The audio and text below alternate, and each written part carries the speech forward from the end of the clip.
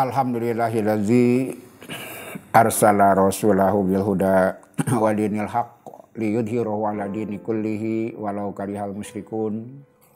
Asyhadu an la ilaha illallah wahdahu la syarikalah wa asyhadu anna Muhammadan abduhu wa rasuluh. Ada seorang sahabat namanya Sa'id As-Salimi. Dia adalah anggota Bani Salamah, kelompok suku yang cukup terpandang di sekitar Madinah. Dia bukan orang biasa, dia termasuk kepada tingkatan pemimpin di kalangan Bani Salamah. Namun ditakdirkan Allah Subhanahu wa taala memang dia parasnya tidak tampan. Posturnya tidak ideal buat para gadis. Walaupun dia tidak jelek sama sekali, tapi bukan tipe yang disukai perempuan. Maka berkali-kali dia melamar, tapi ditakdirkan beberapa kali dia ditolak. Maka pada suatu saat dia datang kepada Rasulullah SAW, "Ya Rasulullah, aku ingin punya istri. Usiaku sudah pantas menikah. Kemudian hidupku cukup untuk menjamin kehidupan bersama istriku. Tapi sampai saat ini aku belum berhasil mendapatkan jodoh. Istri yang saya harapkan belum diberikan Allah. Karena itu saya mohon supaya Rasul membantu saya. Saya ingin punya istri, tapi berkali-kali saya melamar dengan ikhtiar upaya saya, ternyata tidak pernah berhasil.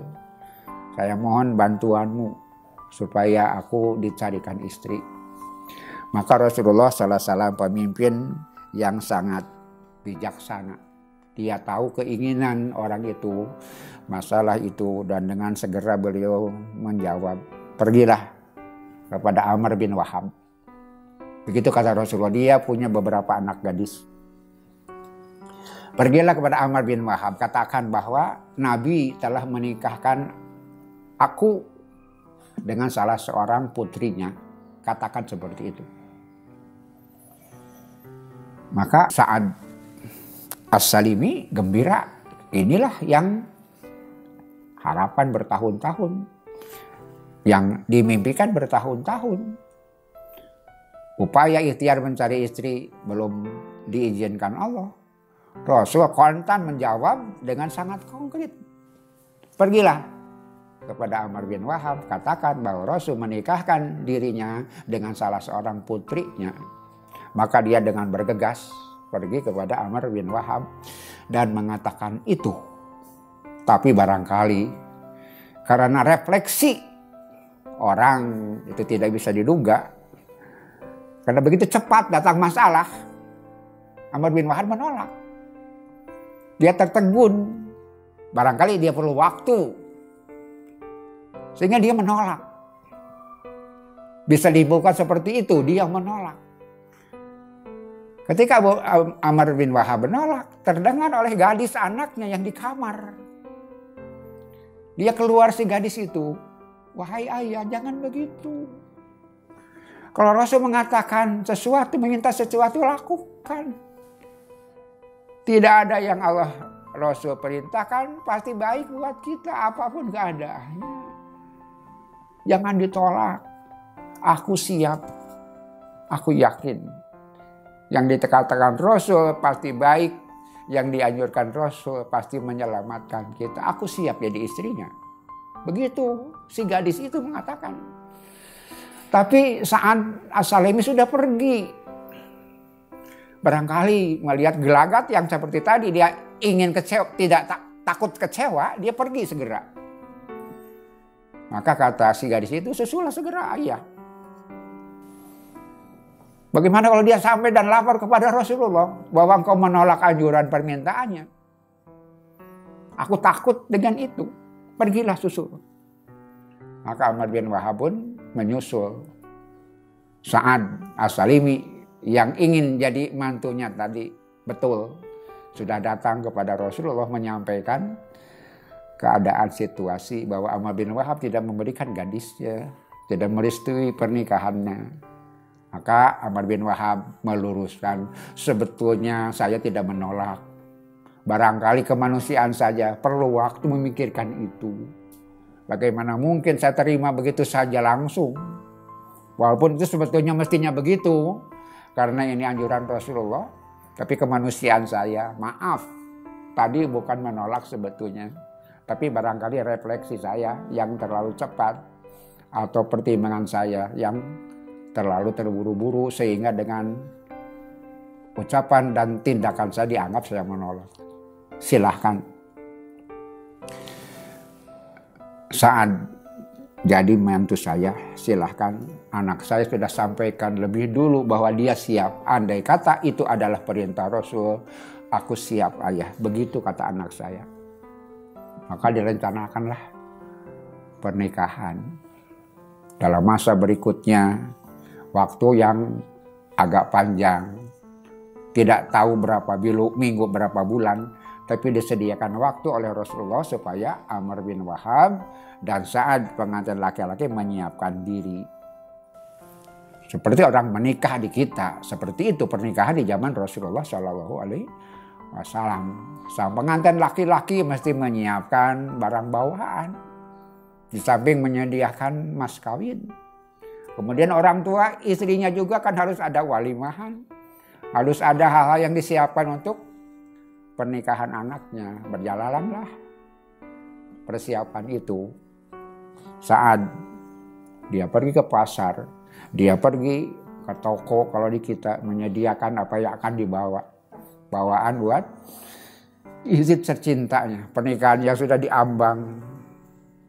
Kesuksesan, kebahagiaan yang sudah di depan mata.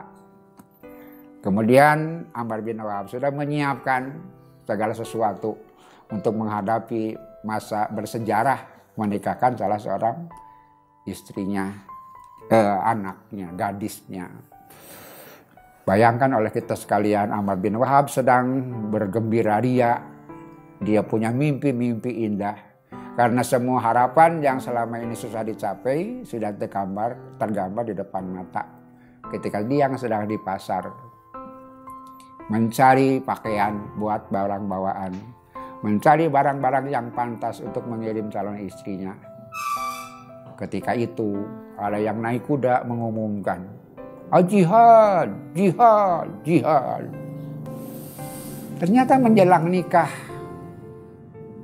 Amr menikahkan anaknya, menjelang saat menjadi pengantin Islam, dihadapkan kepada peperangan. Pas ketika ketika Sa'ad As-Salimi ada di pasar, sedang belanja di toko kain, belanja di toko pakaian, ada pengumuman jihad, jihad, jihad. Maka imannya bangkit, keyakinannya bangkit.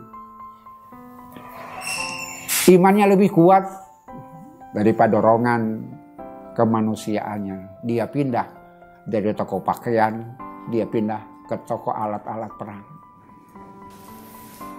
Dia beli kuda, dia beli pedang, dia beli baju besi. Dia tidak jadi ditangguhkan pernikahan. Demi panggilan Allah Subhanahu wa Ta'ala. Karena jihad fisabilillah lebih utama dari sekedar pernikahan. Maka diundurlah pernikahan itu. Kemudian dia berangkat perang. Ditakdirkan oleh Allah Subhanahu wa Ta'ala.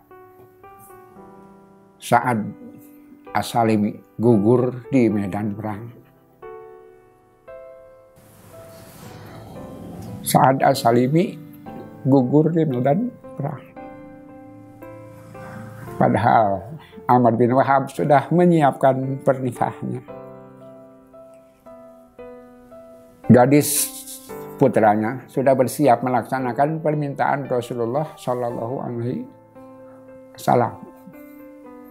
Tapi takdir berkata lain. Saat tidak pulang, maka pedangnya, baju besinya, alat perangnya dibawa ke hadapan calon mertuanya, calon istrinya. Rasul mengatakan, wahai anakku, kepada gadis itu,